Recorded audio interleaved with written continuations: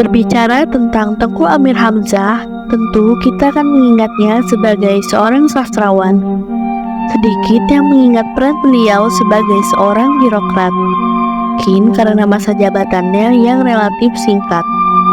Pada Oktober 1945 hingga kematiannya yang tragis pada Maret 1946, Amir Hamzah diangkat sebagai wakil pemerintah Indonesia yang baru saja berdiri untuk wilayah Langkat, suatu jabatan yang setara dengan bupati pada masa Orde Baru.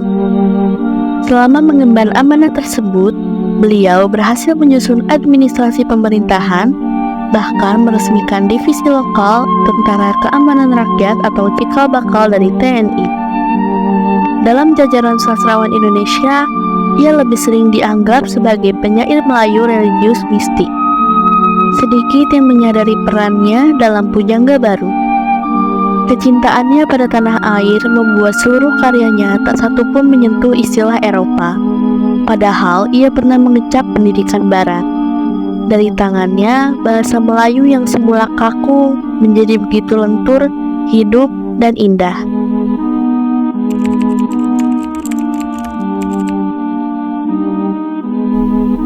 Tengku Amir Hamzah lahir di Tanjung Pura, Langkat, Sumatera Utara pada 28 Februari 1911.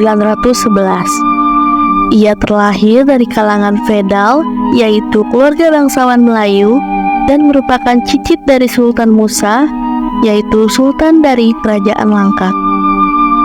Pada tahun 1916, ia mulai belajar di Hollands Inland School atau HIS yang setingkat dengan SD di Tanjung Pura, kota tempat kelahirannya. Setelah itu, ia melanjutkan pendidikannya ke Mulo atau Mere Whitgate Bridge Leger Onderwijs yang setingkat dengan SMP di Medan tahun 1924, kemudian pindah ke Jakarta. Setelah menamatkan pendidikannya di Mulo, ia masuk ke Algemene Middelbare School atau AMS yang setingkat dengan SMA di kelas A1, yaitu jurusan Sastra Timur di Solo. Ia kembali lagi ke Jakarta untuk mengikuti Restogi School atau Sekolah Hakim Tinggi sampai menjadi kandidat sarjana muda hukum. Selama belajar di Pulau Jawa, ia memasuki dunia pergerakan kemerdekaan dengan aktif di organisasi Indonesia Muda dan bersahabat dengan tokoh-tokoh pergerakan seperti Mr. Raden Panji Singgi dan KRT Widyodi.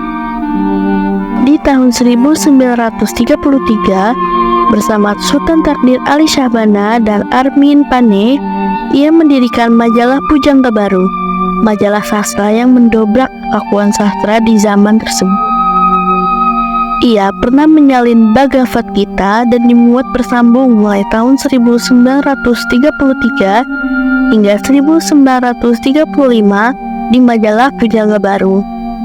Selain sastra berbahasa Melayu, ia juga tertarik dengan sastra asing, terutama sastra Asia, dan juga menerjemahkan karya sastra berbahasa India, Persia, dan Tiongkok, yang kemudian berada dalam Setanggi Timur pada 1939. Nyanyi Sunyi, kumpulan sajak-sajaknya terbit pada tahun 1937.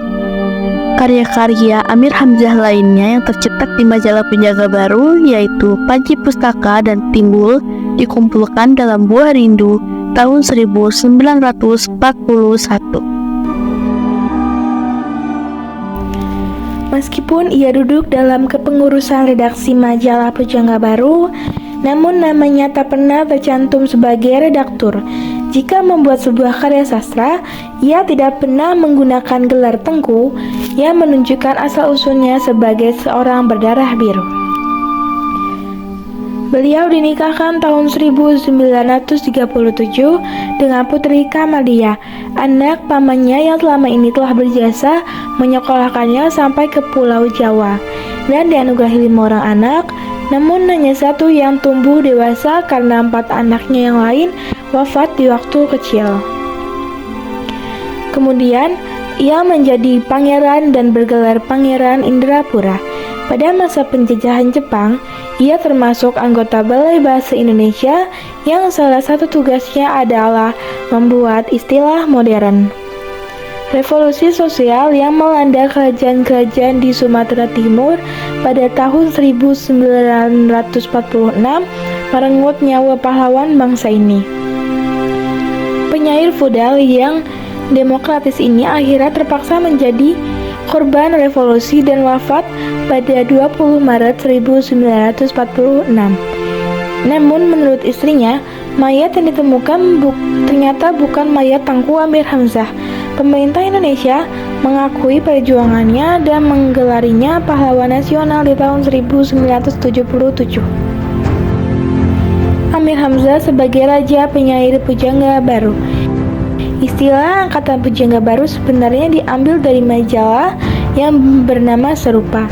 Istilah ini dibuat oleh H.B. Jasin untuk mengklarifikasikan sastrawan yang aktif dalam majalah sastra tersebut. Majalah Pujangga Baru tersendiri lahir sebagai reaksi atas sensor yang diterapkan Balai Pustaka pada waktu itu. Jika dilihat dari karya-karya yang dihasilkan oleh sastrawan Angkatan Pujangga Baru seperti Sultan Takdir Ali Sabana, tampak bahwa mereka telah terpengaruh dengan sastra barat. Tengku Amir Hamzah sebagai orang yang pernah mengenyam pendidikan di sekolah formal Belanda, bahkan sempat masuk sekolah hukum yang tentu saja ia berarti pernah mempelajari pemikiran barat, juga tidak terlepas dari pengaruh ini. Namun dalam karya sastranya, tak sedikit pun ia menggunakan istilah barat, bahkan tidak ada padanya dalam bahasa Indonesia sekalipun seperti mesin, telepon, dan mobil. Memang Tengku Amir Hamzah sebenarnya adalah seorang yang berjiwa modern, namun ia tidak bisa mengelak dari kenyataan bahwa dirinya adalah bangsawan Melayu dan juga ia tidak dapat melupakan kebaikan-kebaikan pamannya dalam menyekolahkannya. Hal ini terbukti di tahun 1937, ia harus menuruti kehendak pamannya untuk menikahkan putrinya dengan Tengku Amir Hamzah yang berakibat ia tidak bisa menyelesaikan pendidikannya di sekolah hukum tersebut. Padahal, sewaktu sekolah ia pernah jatuh cinta kepada seorang gadis Jawa dan agaknya cinta yang tidak kesampaian inilah yang sering menjadi tema dalam sajak-sajaknya. Inspirasi yang dapat diambil. Puisi-puisi Tengku Amir Hamzah memang lahir hampir seabad yang lalu. Namun setiap karya sastra mempunyai jiwa, dan jiwa karya sastra Tengku Amir Hamzah tidak akan mati meskipun telah meninggal dunia dan bertemu dengan kekasih abadinya. Puisi Amir Hamzah juga mempunyai kelemahan. Hairil Anwar bahkan menyebutnya sebagai sastra hitam karena sulit dimengerti atau dipahami karena menggunakan istilah-istilah yang jarang digunakan, dan sebagian besar puisinya bertemakan kesedihan dan kegelapan jiwa. Namun, jika melihat perkembangan sastra saat ini, nampaknya karya sastra Amir Hamzah menciptakan jati diri sastra Indonesia yang sebenarnya. Ia tahu bagaimana modernisasi sastra tanpa harus meninggalkan budaya leluhurnya dan beralih ke barat. Meski terjajah sebagai pegawai kolonial, namun jiwanya tak pernah mau ditawan Belanda dari negara-negara bercola kolonial lainnya. Karya sastranya sangat modern, kaya, dan tajam, bahkan tanpa menggunakan satupun unsur sastra barat. Pencarian identitas tidak serta-merta melakukan hal-hal yang gegabah atau bertentangan dengan norma budaya.